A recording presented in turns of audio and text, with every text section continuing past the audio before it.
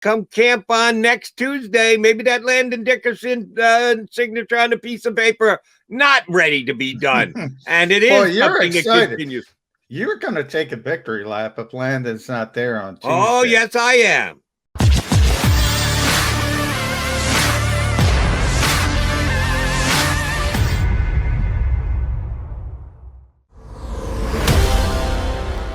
Johnny Mac and Jody Mac. Mac guys with Birds 365. The countdown is on. We are 1 week away from the opening of Eagles training camp, which means the regular season is just around the corner, too. We'll continue to throw some topics in there, make some predictions in there, rip some people in there as we get that much closer to a 2021 NFL season. Johnny Mac, I need to bring this to your attention. Because you know I am the biggest nervous Nelly when it comes to certain things. And it was put out there in the media ethos that the Jacksonville Jaguars got their 2 first-round draft picks signed, Trevor Lawrence early, Travis Etienne as well, and both with getting 0 offset language in their contract. None. Nunca. Zip. Zero. Zilch. They get all their money if the worst case scenario happens to befall either of those 2 players. And you've continued to tell me the reason that Landon Dickerson is not signed, the only Eagle draft pick not signed, is because they're probably debating and negotiating offset language. Well, we have precedent in the NFL this year that some teams are willing to cave on that, one in particular, the Jacksonville Jaguars, and say, yeah, we got faith that you're going to be here. We loved you when we picked you. We love you now. Yeah, we're not going to cut you anytime soon. So, yeah, no offset language. You're going to get it all during the life of the contract. There's a precedent there, buddy. And Landon Dickerson, if you are right, your source is telling you, or just your overall football insight, that is the holdup, the offset language. Come camp on next Tuesday. Maybe that Landon Dickerson signature on a piece of paper, not ready to be done. And it is something that continues. You're going to take a victory lap if Landon's not there on Tuesday. Oh, yes, I am. I will say this, that it is football insight more than sources. There's generally 2 things, as I've said. There's 2 things. There's offset language and there's timing of the bonus payments, which, you know, people tend to want their money as quickly as possible. Now, and this is pure speculation. Landon is obviously has a significant injury history. So the Eagles might be pushing for offset language. I want to make this clear. I'm not reporting this. I'm just speculating. Right. They might be pushing for offset language because of the injury history. That could be one of the problems. The second part of the problem is, again, the money. Landon is, I don't want to say, I don't know, his family situation. He's relatively, he's not hurting because he's willing to take this as long as possible. Some guys need money to help their family, whatever, immediately, and they're just going to jump on the first offer. You know, you talk about the Alabama story where he built a makeshift gym during COVID so his teammates could come work out with him. He's obviously not in a situation where he's desperate and he needs the money right away. So these are some of the reasons I think it's taken a little bit longer. And as everybody has told you, Jody, you know, he's got no other options. I forget who said it yesterday, which one of our guests, somebody, he's going in. He's not playing in the CFL. He's not playing in the XFL whenever the heck they start, or the USFL that really isn't the USFL. So he's got to be with the Philadelphia Eagles. There's no other option. When you talk about offset language in first-round picks, though, it's not necessarily a precedent as much as it's each individual organization.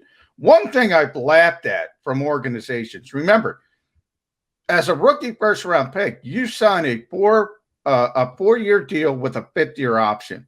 So that 5th-year option is already built in. If the guy stinks, you just move on.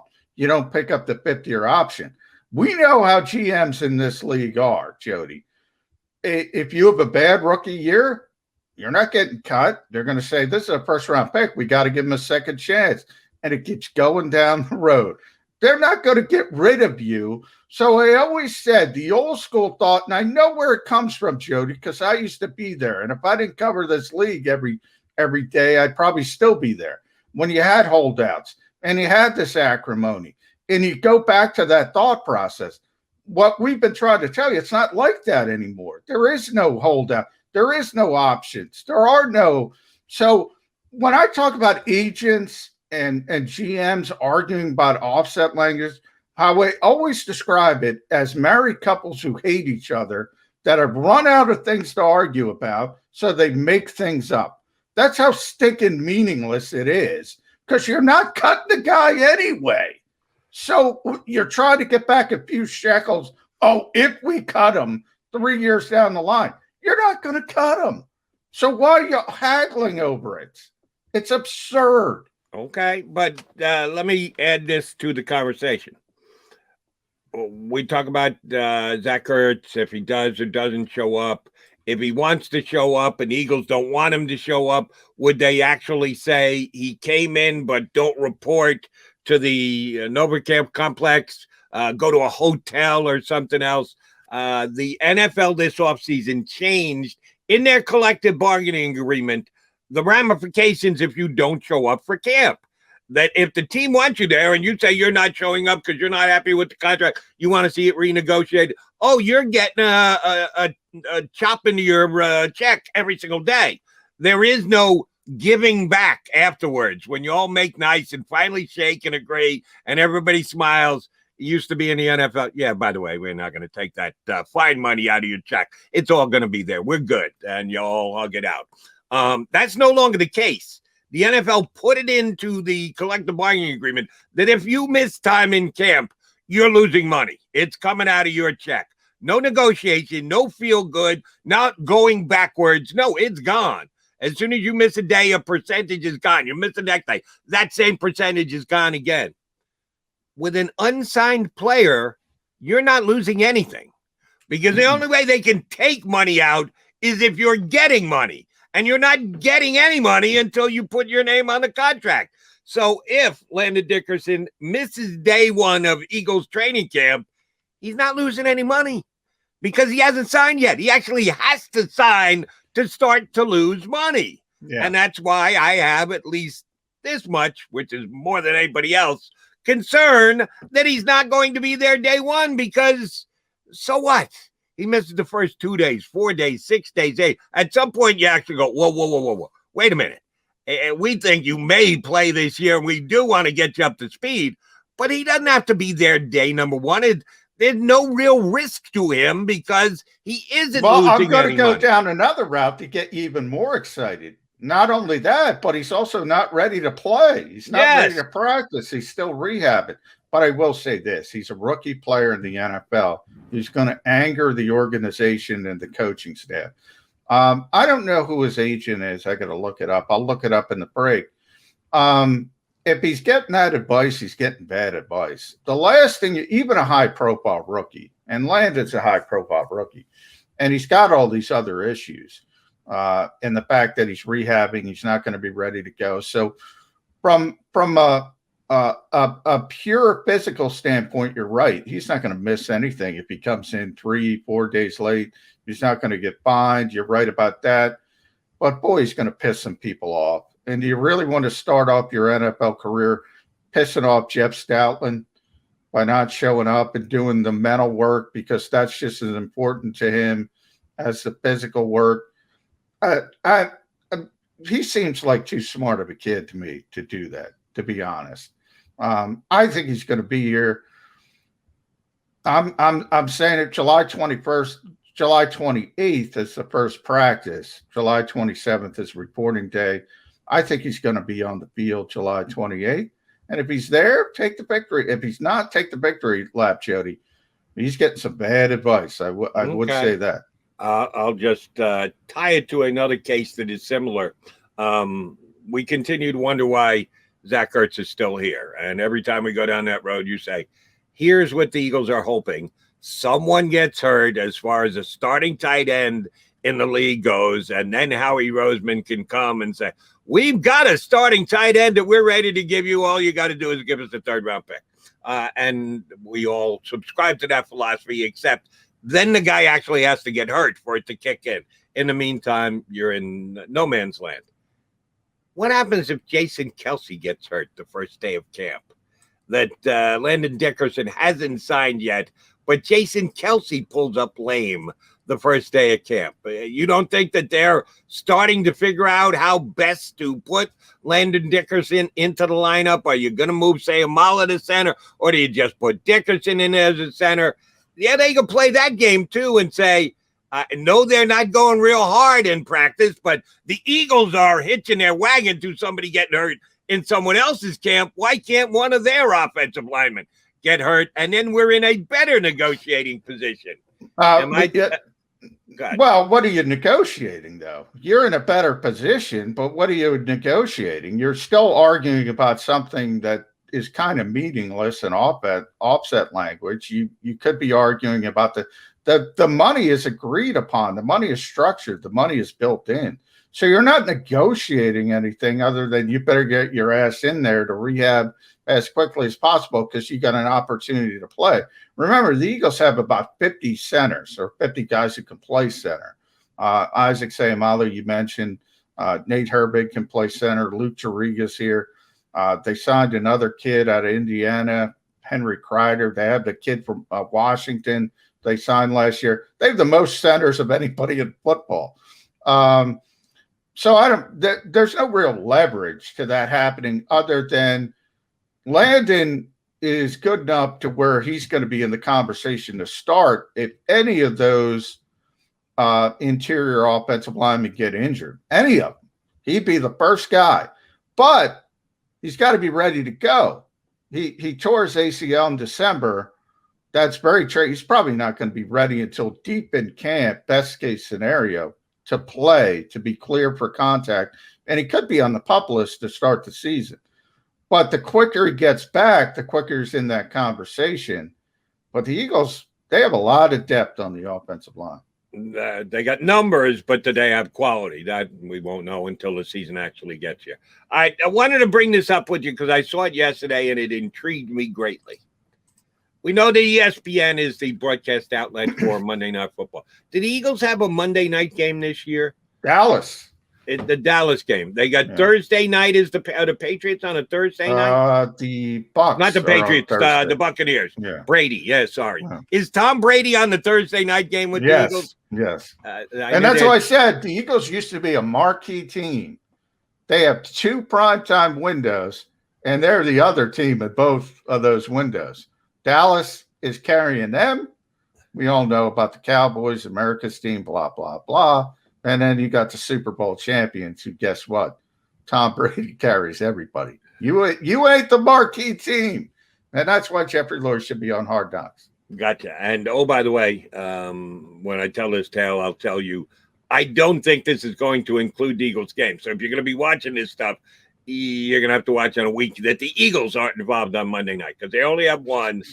And the new broadcast for Monday Night Football is only going to be up, I think it's 10 times a 3. I got to reread the story again now. Or maybe it's 10 times a year. It's not going to be every week of the season.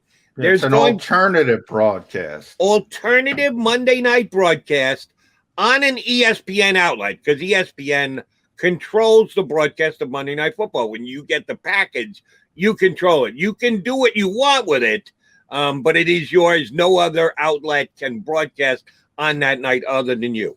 Well, ESPN is adding to their broadcast, not just Steve Leakby and Louis Riddick and Greasy as the 3-man booth for Monday Night Football. They're going to continue to do it, but they're going to have an alternative broadcast on another outlet. Could be ESPN2, could be on their stream. They're going to have a team that will include Peyton Manning, Eli Manning, and a third to-be-determined member of the booth. So this truly is an alternate broadcast team for Monday night games. And it's not going to be an every week thing. It's going to be an occasional thing. Yeah. which is just flat out weird. I know that they've had some success with doing the certain aspects of getting the national championship on the football level, where they've got 4 or 5 different channels dedicated to the game, different broadcast teams, studio shows that are breaking down film and numbers while the game's ongoing. And they've had some success with it. It certainly allows them to flex their broadcast muscles and show how good they are at all these different things. But don't you need just one broadcast of Monday Night Football? Do we really need a second one? I'm a big Peyton Manning fan. Was as a player, am as a broadcaster. His Peyton play stuff has been entertaining and phenomenal. He's been long speculated to be a guy who's going to be the lead analyst in a booth someday.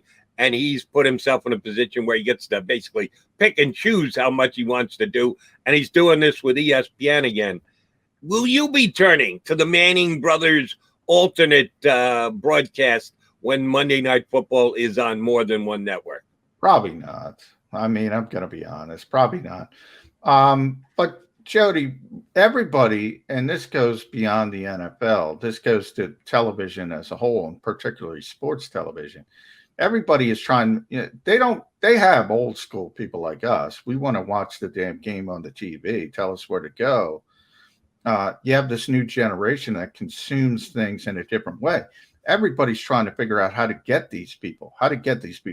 And more so than even watching clips on Twitter or YouTube, or where people are watching this show and subscribe to the JAKIB Media channel and all that stuff. Everybody, even the NFL, is trying to get to it. They did the thing with Nickelodeon to try to get younger viewers, which was actually a little bit of a success. That to me makes more sense than two differing.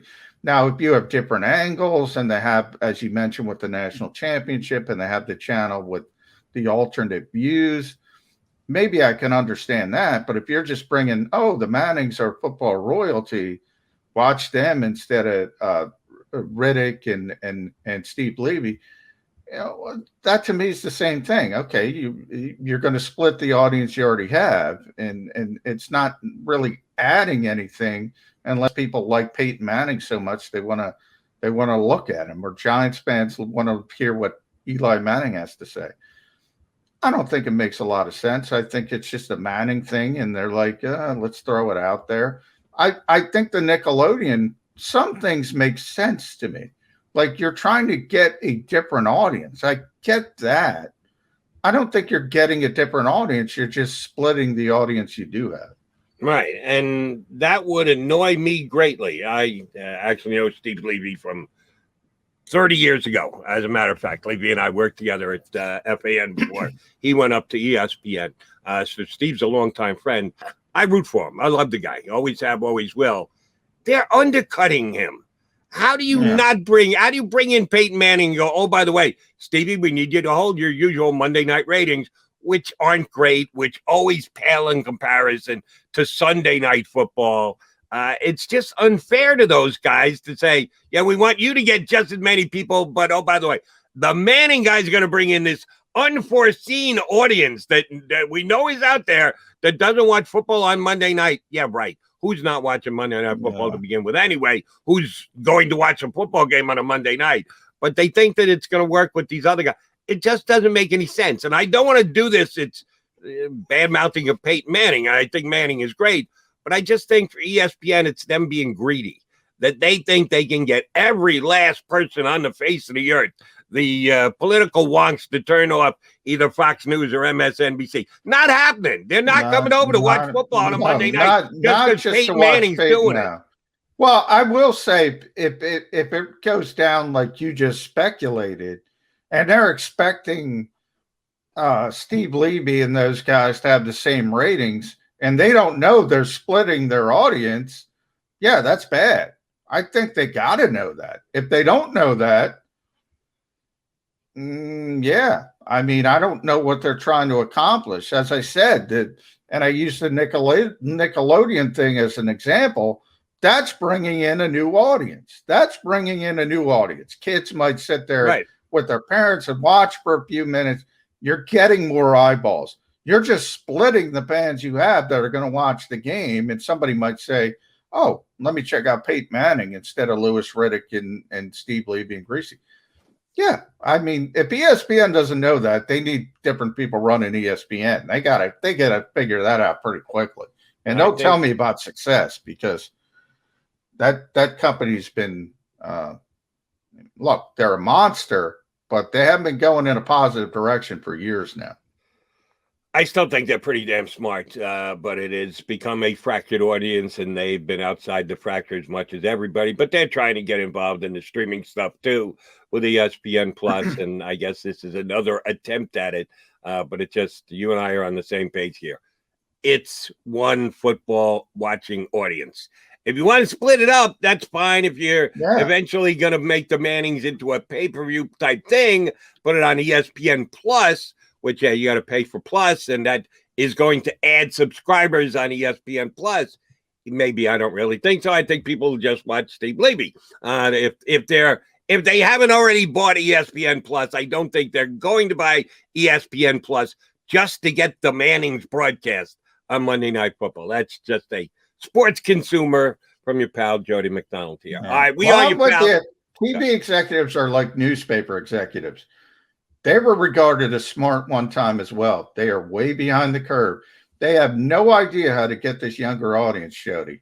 No idea. And everybody's scrambling. And nobody, they talk like they know, but nobody has figured it out to date. And I do a lot of stuff with TV ratings, and nobody has been able to figure this out. Agreed. Nobody. John McMullen, Jody McDonald, your Mac and Mac guys. All right, we got one more guest to come your way. Another fun national guest, Adam Beasley from, he's actually a freelance guy these days. He's doing some work for the Pro Football Network, Miami Herald. So you get your Tua questions in. Adam covered the Dolphins for a long time with the Miami Herald.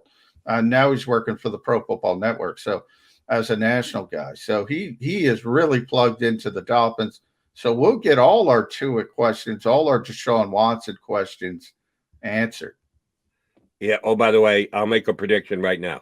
He's not going to have the answer either, because I tried 5 different guys this year to definitively tell me, was it Tua because he wasn't good enough and they didn't have the nerve to have him throw the ball down the field, or was it just the fact that we'll be closer. We'll be closer to that. Right, how's that? We'll little bit closer. Adam Beasley's going to join us coming up next here on Birds 365. If you missed any of today's show on the JAKIB Media channel, listen to the podcast on your way home. Available on YouTube, Apple, and Spotify.